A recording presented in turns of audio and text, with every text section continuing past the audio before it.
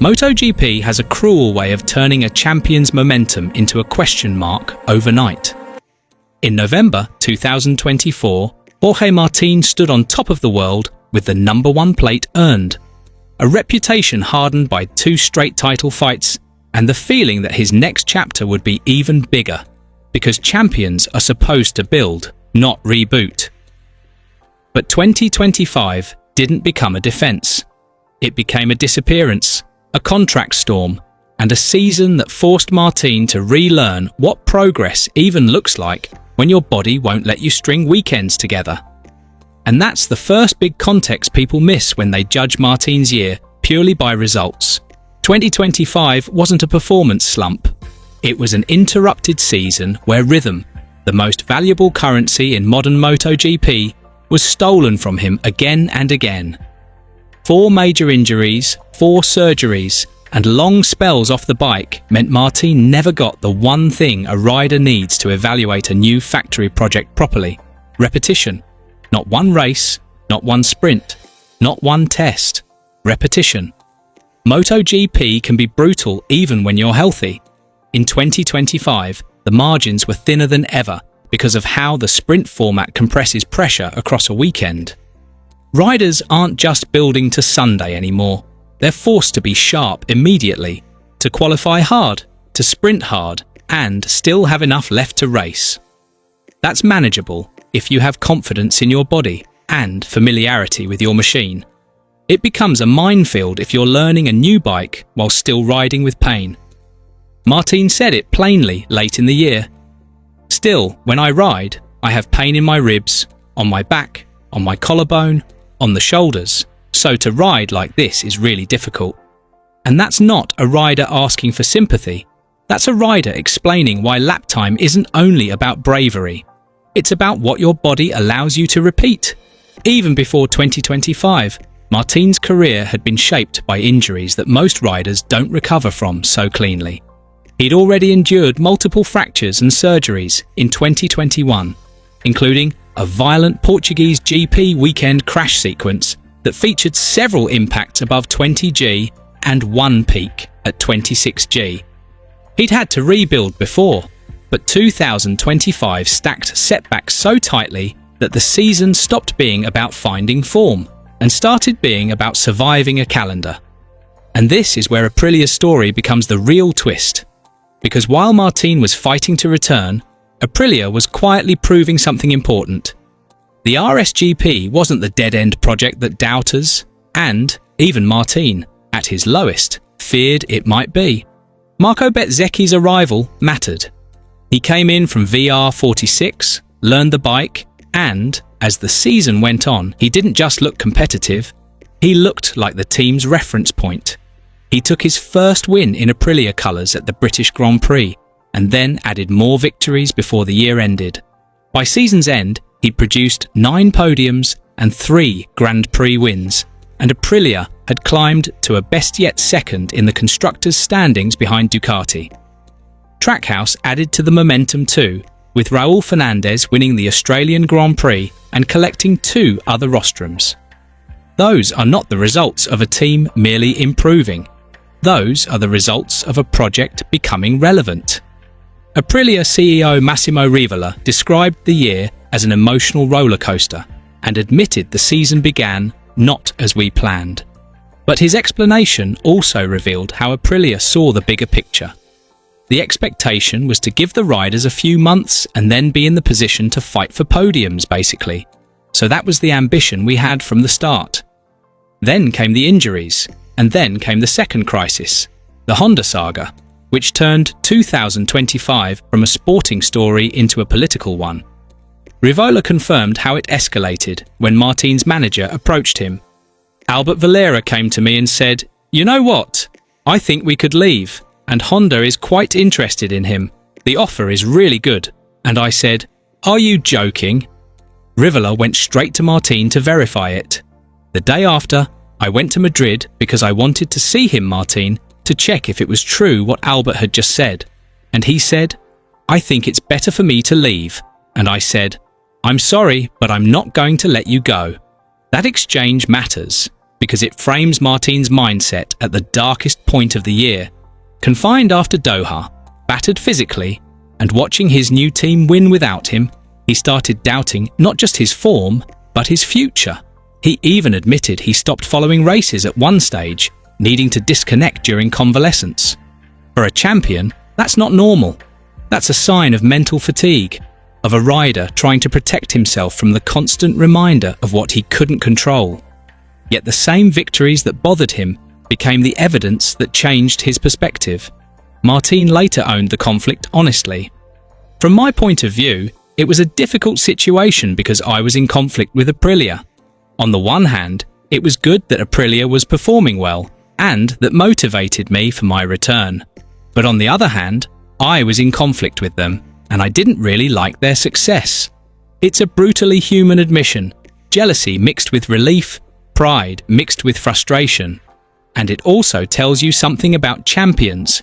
They don't only want the team to win, they want to be the reason the team wins. Rivola, for his part, tried to use those wins as a message to pull Martin back emotionally.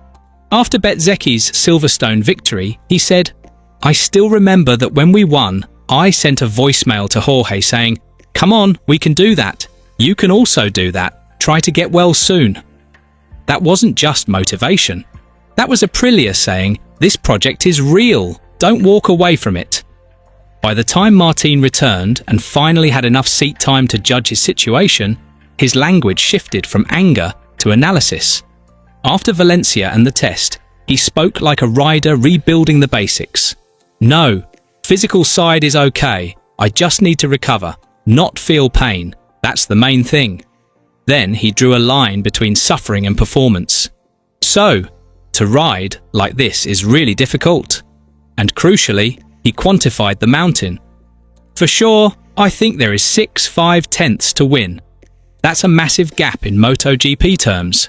Half a second can be the difference between winning and fighting in the second group. But it's also revealing because Martin wasn't blaming the bike alone.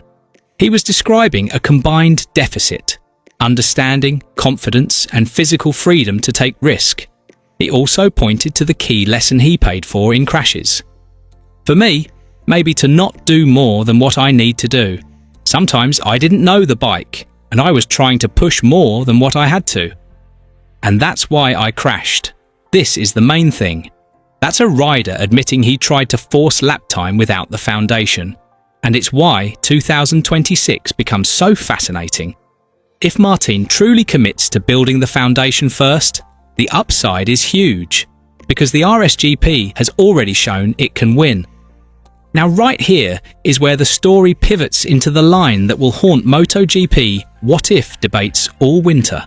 Because Martin has finally said the quiet part out loud. Martin doesn't deny that Ducati was the dream.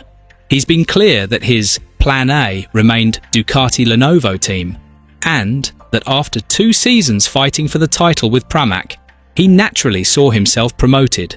Ducati chose otherwise, signing Marc Marquez for the factory seat instead. When that door closed, Martin took Aprilia, a rational factory move on paper, but emotionally hard to digest when you believe you've earned the red bike. And here's the hypothetical that will never die. What happens if Martin stays on Ducati machinery for 2025 with continuity, experience, and the same bike for another year? Martin's answer is careful, but pointed. Asked whether his year would have been different if he had continued to receive Ducati support, he said, "We'll never know. But looking at Alex Marquez's season and comparing this year's race times to those of 2024, I think I could have fought for it." Then he raised the stakes. "Obviously, I would have given 100%, and I think that 100% would have been enough for me to fight, not to beat Marc, because that's impossible to know now. Maybe we'll know later." And then the respect, which makes the claim feel less like bitterness and more like belief. What Marc has done this year is extraordinary, but I consider myself strong, and I think that keeping the same bike for another year and with more experience, I could have definitely fought. But that's something we'll never know. In another version of the same idea, he went even deeper into why Marquez is such a unique opponent. He acknowledged the psychological war. But Marc is a tougher rival on track. He's a competitive beast and he always tries to beat you, even if it means risking crashing and losing the championship. He will always try to win the race. Then he explained the media gravity that comes with Marquez. From a media point of view, what Marc says always carries a lot of weight and a lot of power. More than his strength on social media, it's how what he says can affect you in a press conference. To fight against the best Marc, you have to be very well prepared. And then came the challenge statement that sounds like a warning for 2026. But I'll also tell you that the best Marc is going to make me a better rider. So hopefully we can fight in the future. This isn't just Ducati regret. It's Martin defining his identity. He still sees himself as one of the sport's anchors. In fact, he said it directly. I feel that I'm one of the reference riders, together with Marc Marquez, Fabio Quartararo, Pecco Bagnaia and Pedro Acosta. The five of us are the riders who are always there. And when asked about fading from the spotlight during injury, he dismissed it. It hasn't affected me at all. I feel like I'm always in the spotlight. For one reason or another, I'm always everywhere. That confidence matters because 2026 is going to be a pressure season in disguise. Martin is under contract through the end of 2026, but he knows he can't afford another lost year. Bezzecchi has raised expectations inside the same garage, and Martin himself has admitted the reality. He's still learning what the Aprilia needs, and he can't shortcut the process. At the same time, Martin's mindset is now framed by a different inspiration. Marquez's comeback mentality. He openly admires the never give up factor. Our sport is dangerous and it will be like this forever, he said, before leaning into the nickname he once didn't even like. My nickname is Martinator, like Terminator. I didn't like it in the beginning, but now I feel it. I feel it because I am half titanium and half muscle. Then he defined greatness in a way that sounds like a personal mission statement. The best sportsmen in history are not the ones who win a lot.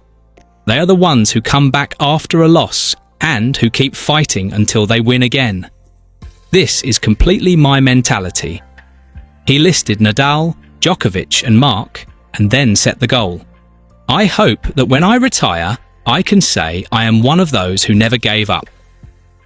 So what's the real story of Jorge Martin's 2025? Not he failed to defend. Not Aprilia wasn't good enough.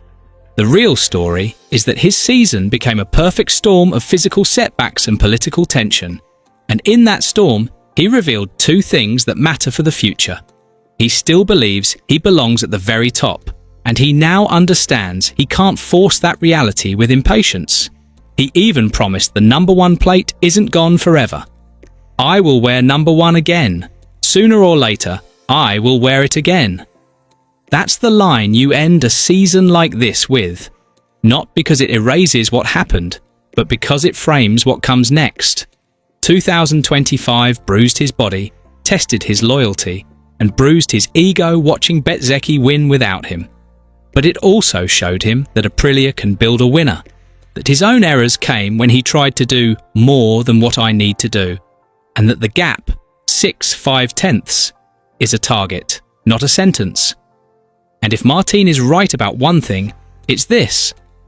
We'll never know what he and Marquez would have looked like in a straight Ducati-on-Ducati title fight in 2025.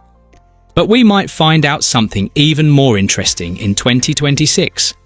What happens when a champion with a bruised year behind him finally gets to start over with a bike that has already proven it can win? What are your thoughts? Let us know in the comment down below, and don't forget to like and subscribe for new upcoming videos. Thanks for watching.